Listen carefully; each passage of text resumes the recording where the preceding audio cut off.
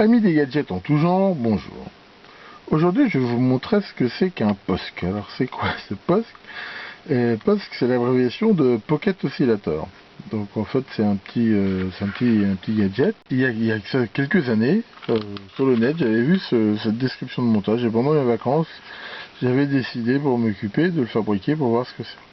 Donc, c'est un truc qui a aucune prétention. Ça vient d'un site qui s'appelle sonodrome.co.uk, on voit ici, et c'est en fait un site qui fait pas mal de trucs rigolos, des petits hacks, des synthétiseurs, enfin qui ont souvent rapport avec le son. Et là c'est un truc qui est très intéressant, c'est un truc tout bête, hein, c'est fait avec deux 555, hein, il y en a un qui module l'autre, mais ce qui est original c'est qu'il y en a un qui est commandé ici par la résistance entre deux capteurs métalliques, donc la résistance de la peau en fait, hein, et un autre par la cellule photorésistante. Alors, j'ai cherché sur le net, apparemment, c'est difficile de trouver le schéma de ce truc-là, mais je vous mettrai un lien sur un schéma en fait qui est très très proche, qui est en fait un schéma fait, à mon avis c'est le même, mais ils ont mis deux cellules photoélectriques à la place ici de la résistance. Enfin, sinon, on trouve encore, quand on cherche sur POSC, sur le net, éventuellement des descriptions, on trouve même le description du circuit, donc je pense que quelqu'un veut le refaire et qu'il trouvera assez facile. Donc voilà, donc on va faire une petite démo. Hein, donc pour le faire, ici on met en route, voilà. Donc et voilà.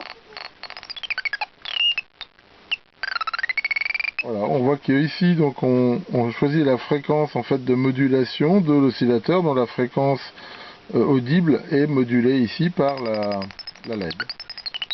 Donc on peut faire des trucs qui vont du R2D2 au dauphin, c'est un peu space.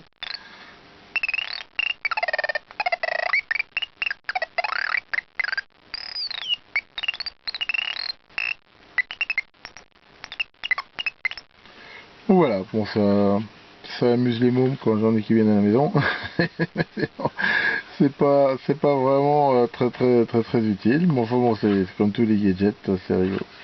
Enfin voilà, donc maintenant on va regarder un petit peu comment c'est fait à l'intérieur. Donc en fait, en farfouillant dans les tréfonds de mon ordinateur, j'ai retrouvé le schéma original. Donc je vous le présente ici. Donc comme on peut le voir, hein, c'est deux oscillateurs, deux 555 montés en oscillateur. Donc le premier ici, relativement basse fréquence, qui grâce à ces deux contacts ici est modulé en fréquence, et qui pilote celui-ci, qui lui aussi il a une fréquence un peu plus élevée, qui est la fréquence audio, qui on voit est contrôlée ici par la LDR. Et ici on a le potentiomètre de volume avec un bête transistor qui amplifie le parleur, qui lui par contre a une impédance plus élevée, de 50 ohms. Donc voilà le principe. Comme on voit, c'est quelque chose d'excessivement simple, hein, et qui est très facile à faire. Regardons un petit peu comment c'est fait à l'intérieur. Donc j'ai pris un boîtier qui servait à je sais plus quoi. Donc je l'ai usiné ici pour faire le trou pour les haut-parleurs. Et donc là si on enlève les 4 vis, on voit donc que le capot ici s'en va. Hein, et que on retrouve, donc ici j'ai fait ça sur un petit bout de platine d'expérimentation. On retrouve donc les deux 555 ici.